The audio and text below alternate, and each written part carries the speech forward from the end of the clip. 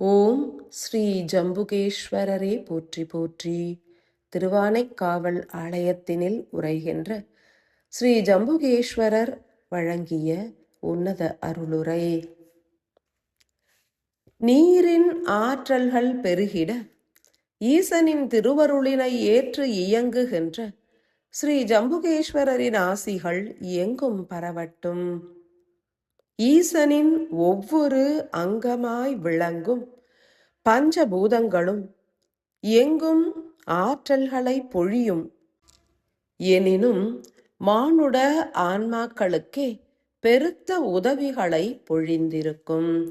நீர் மூலக்கூறுகளின் ஆற்றல்களை பெருக்குகின்ற யாம் ஏன் மானுட குலத்திற்கு உதவிட பணிக்கப்பட்டுள்ளோம் எனில், எந்த ஒரு ஆன்மாவும் மானுட பிறவி ஏற்ற பின்னரே தெய்வ நிலையினை எய்தி ஈசனோடு கலப்புற இயலும். தெய்வங்களுமே கூட தெய்வ நிலையினை எய்துகின்ற மானுடர்களோடு மாத்திரமே பூரண தொடர்பு கொள்ள இயலும். இப்பூமி கிரகம் முழுவதும் எண்ணற்ற உயிரினங்கள் வாழ்கின்றன. அவற்றிற்கு நீர் எனும் ஆதார ஆற்றலையே யாம் வழங்குகின்றோம். பஞ்சபூத மூலக்கூறுகள் ஒவ்வொன்றுமே 5 வித ஆற்றல்களாய் பிரியும். மீண்டும் அவை ஒவ்வொன்றும் 5 மடங்காக பெருகிக் கொண்டே செல்லும். மானுட ஆன்மா மாத்திரமே பஞ்சபூத மூலக்கூறுகளில் ஒன்றான நீரின் மூல ஆற்றலை அணுகவும் இயலும். அணுவின் மூலத்தினை உணர்வது மானுட ஆன்மாவினால் மாத்திரமே இயலும்.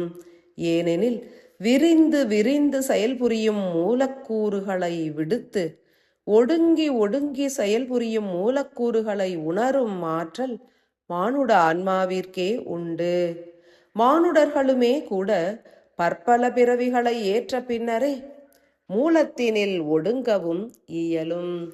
ஸ்ரீ ஜம்புகேஸ்வரராகிய யாம் மூலத்தில் ஒடுங்கும் ஆன்மாக்களுக்கே எமது மிகவும் நுண்ணிய ஆற்றல்களை பகிர்ந்திடவும் இயலும்.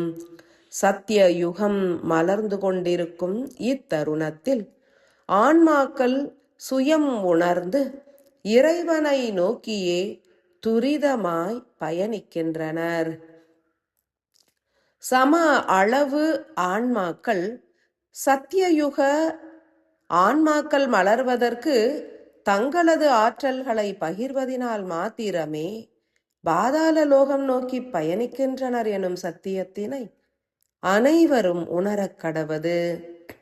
வலியவர்கள் எளியவர்களை ஆள்வது போன்று இறைவனை நோக்கி துரிதமாய் பயணித்திடும் ஆன்மாக்களுக்கு சிறிதளவே இறை ஆற்றலை சேமித்திருக்கும் ஆன்மாக்கள் தங்களது ஆற்றலினை தானமாக வழங்கிடுவர். சூட்சமமாய் நிகழ்கின்ற எண்ணற்ற செயல்களை யாம் உணர்ந்திருப்போம். மனிதர்களால் எளிதினில் உணர இயலாது. ஓர் ஆன்மா மேல் நோக்கி பயணித்திட வேண்டும் எனில் ஒடுங்கி உள்நோக்கியே பயணிக்க வேண்டும். அத்தகைய ஓர் ஆன்மா ஒடுங்குவதற்கு எண்ணற்ற ஆன்மாக்கள் அறியாத நிலையில் தங்களது ஆன்மா ஆற்றலை பகிர்ந்திடுவர். எனினும் மற்றுமோர் 2 பிறவிகளில் இறையாற்றல்களை விரைந்து சேமித்து அவர்களும் வெண்ணேறிடுவர். எனில் யாம் தெளிவுற எடுத்துரைக்க முற்படுவது யாதெனில், அனைவரும் சுயம் உணர்ந்து உங்களது ஆற்றல்களை பகிர்ந்து செயல் புரியுங்கள் என்பதாகும். எவருமே பிறரது ஆற்றல்களை அபகரித்து விண்ணேறிவிட முற்படாது உங்களது ஆற்றல்களை உணர்ந்து பகிர்ந்து செயல் புரியுங்கள். தான் முக்தி பெற்று விண்ணேறிடல் வேண்டும் என்பது உங்களது நோக்கமாக அமையக்கூடாது. பலரும் விண்ணேறிட நான் பாதாளத்திற்கும் பயணிப்பேன் என்பதாகவே அமைந்திடல் வேண்டும். ஜம்புகேஸ்வரர் எனும் நாமம் ஏற்றிட்ட நிலையில் யாம் அதள பாதாளம் வரை எமது நீர் மூலக்கூறுகளை செலுத்தியே செயல் புரிகின்றோம் என்பதே சத்தியமாகும். அகத்தியரின் யுகமாற்ற பணிகளுக்காக எமது ஆற்றல்களும் பகிரப்படுகின்றன. யாமும் 49 சிவதுளிகள் அடங்கிய நீரின் காவல் தெய்வங்களை ஒன்று திரட்டி அகத்தியரிடம் அருளி உள்ளோம். எந்த ஒரு யுகத்திலும் நிகழ்கின்ற ஒவ்வொரு இறை செயல்களுக்கும் இவ்வளவு துல்லியமாய் மானுடர்களுக்கு எடுத்துரைக்கப்பட்டதில்லை என்பதனை அனைவரும் உணர வேண்டும்.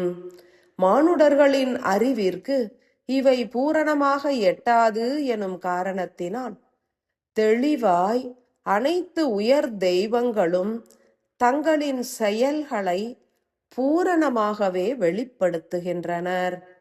ஏன் மனிதர்களுக்கு எடுத்துரைக்க கூடாது எனில், இம்மாபெரும் இயக்கத்தினை உணரும் அறிவும் ஆற்றலும் மானுட மூளைக்கு எளிதினில் வயப்படுவதில்லை.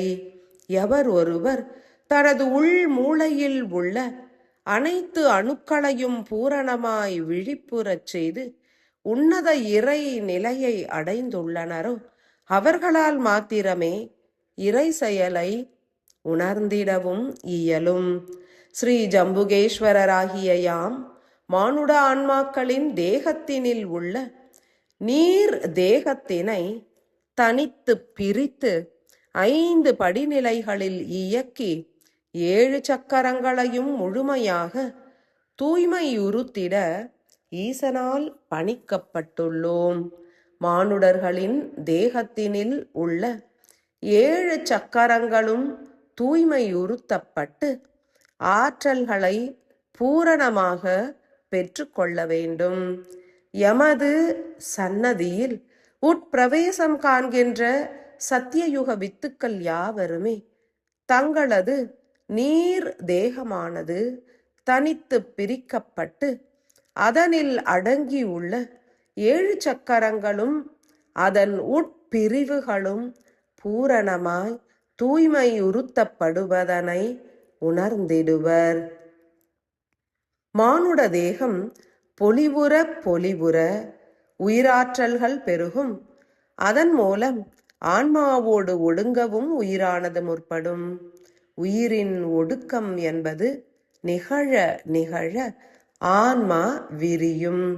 அதன் பின்னரே இறைவனின் இயக்கத்தினை உணர்ந்து அனைவரும் இறையோடு கலப்புறவும் இயலும். மனிதர்கள் சத்தியத்தினை உணர வேண்டும்.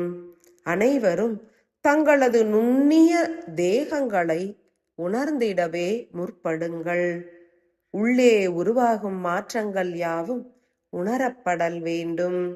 எவரெல்லாம் நீர் தேகத்தினை தனித்து பிரித்து அருள்கின்றனரோ அவர்களுக்கு யாம் பூரணமாய் அருள் புரிந்து செயலாற்றுவோம்.